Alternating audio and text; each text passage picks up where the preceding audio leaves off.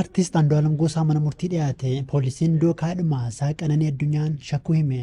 Soominii kamee booda jaarsummaa ergee fuudhuudhaaf walii galanii qophiirra akka turan kanaafuu gidduu isaaniitti homaa rakkoon waan hin jirreef inni ajjeesuudhaaf mootiivii akka hin qabaanne poolisiin isaan kufteet argamte jedhe malee inni akka kuffise inni akka darbate wanti agarsiise waan hin jirreef haala amma jiruun adde Qananiin of ajjeesuu ishee malee nama biraatiin yookaan immoo maamila kiyyaan du'uun ishee waan hin raggaamne adraashaa gahaa waan qabuuf yeroo barbaadametti dhufuu waan danda'uuf ammas boo'icharra jira. Gaddarra jira kanaafuu bahee gadda isaa akka ibsatu mirga wabii gaafanne amma ajjechaan waan shakkanneef yeroodhaaf mirga wabii isaa hin laallu. Poolisiin garuu dhaddacharatti maal dubbate?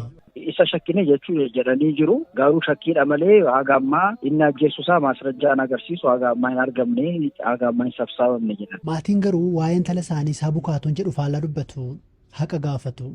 Bilbilaniima mucayyoon fooqeerraa kuftee gayyoo himanii mucayyoon gabbootuudha nama jijjiiramaaf hojjettu nama jijjiiruuf nama maatii jijjiiruuf hojjettu nama barumsaanillee of dandeessee waan injineerii hojjetaan baatee hojii garaagaraa hojjettisii waan boruu yaaddu waan maatii dhaabuu jedhu yaaddu malee waan akkasitti tankaashaa hojjettu haqa qofaa barbaanna dhiiga mucayyoo keenyaa barbaanne malee waan biraa waan barbaannu tokko illee. Manni murtii torban lama booda beellama biraa qabateera faana dhufnes biraan keenya.